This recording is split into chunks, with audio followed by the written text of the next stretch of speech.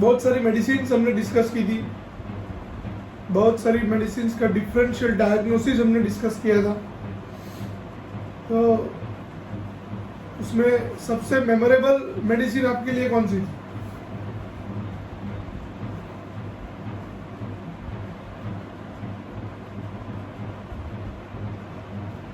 Nice, be active, ये one side section नहीं रहेगा।